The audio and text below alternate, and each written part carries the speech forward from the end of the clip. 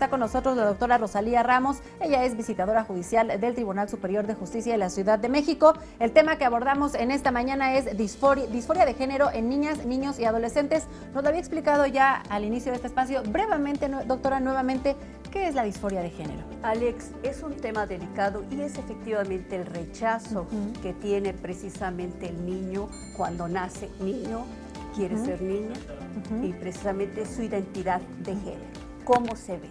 No confundirlo con identidad sexual. Claro. Es precisamente su percepción. Él nace niño y se ve niña. Doctora, y viceversa. Bueno, ya que nos pone en contexto sobre el tema, ¿qué hace al respecto? ¿En qué proceso participa el Tribunal Superior de Justicia de la Ciudad de México, particularmente en este tema? Claro. De acuerdo a nuestra legislación civil, en tratándose de adultos mayores, de personas mayores, no hay problema porque es competencia precisamente del registro civil. Es un trámite meramente administrativo.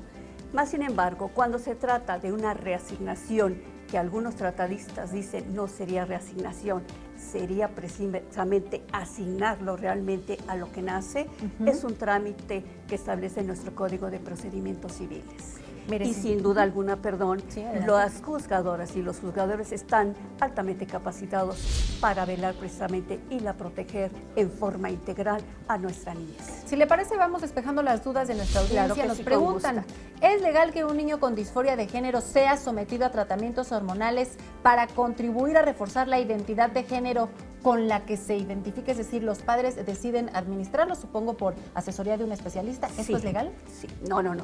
Aquí aclaremos, en tratándose de un procedimiento para adecuar toda su documentación, se tiene que hacer un trámite precisamente, es un trámite especial ante los jueces orales familiares, donde se prevé precisamente que no se puede, por estándares internacionales, dar tratamiento hormonal hasta cierta edad. Normalmente se ha determinado no menores de 12 años. ¿Eso es lo que establece la ley? Realmente la ley no lo establece el término.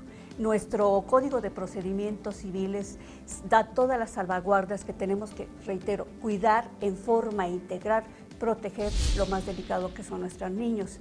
Se puede llevar a cabo, y eso es precisamente que lo determinará una persona adecuada, porque el juzgador debe de allegarse de todos los elementos disponibles, psicología, opiniones, claro, es una labor multidisciplinaria y se prepara para ello, para evitar precisamente la suministración de ciertos medicamentos que pueden precisamente perjudicar la salud de nuestros niños. Eso es respecto al tema de salud. En cuestiones legales nos pregunta Carlos Contreras a través de nuestra línea de WhatsApp, ¿los padres o tutores de un niño o adolescente pueden solicitar el cambio de identidad de género en documentos oficiales del menor? ¿Se puede legalmente? Es decir, ¿los padres inician este trámite al ser un menor de edad? Sí, él no podría hacerlo por sí mismo.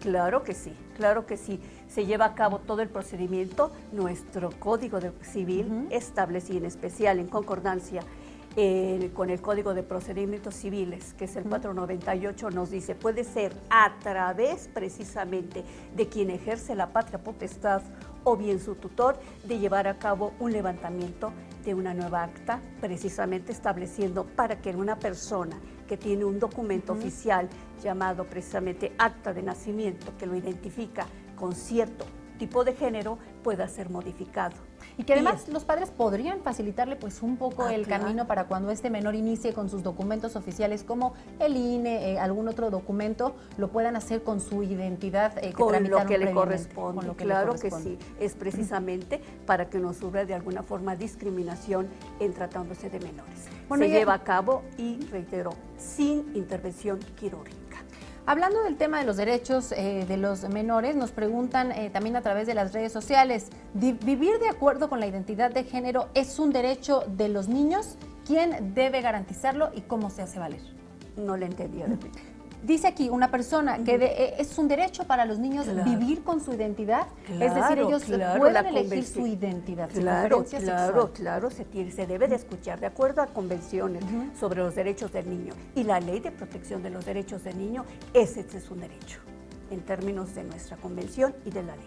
Y precisamente, ¿qué hace el Tribunal Superior de Justicia ya para concluir con esta entrevista por los derechos de la infancia en general sobre este tema? Es una protección integral. El tribunal, vuelvo a repetir, los juzgadores y las juzgadoras se apoyan de todo un equipo multidisciplinario para determinar la necesidad precisamente de adecuar toda la documentación pública y privada a su identidad, cómo se percibe, evitando cualquier problema. Y que además, doctora, rápidamente para despedirnos, hay que decirlo, las puertas del tribunal están abiertas a la ciudadanía, pueden acudir directamente a solicitar información. Sí, estamos a sus órdenes.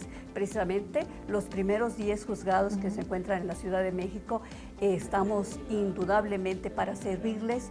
Por parte del señor presidente del tribunal nos ha instruido para que cualquier situación estemos a sus órdenes. Bueno, pues queremos agradecerle mucho, doctora Rosalía, visitadora judicial. Es un placer estar contigo. El placer es nuestro, doctora. Gracias por su valiosísima información. No, al contrario. Oiga, y no se vaya, ya que está por aquí, la quiero invitar a ver una de nuestras secciones de Casa en Casa. Seguramente a usted le gusta apreciar el arte y los bellos, hermosos recintos que tenemos aquí en la capital del país. ¿Le parece que vamos a un recorrido? Me parece excelente. Bueno, muchas pues gracias y muchas gracias por la invitación. Muchísimas gracias a usted. Gracias.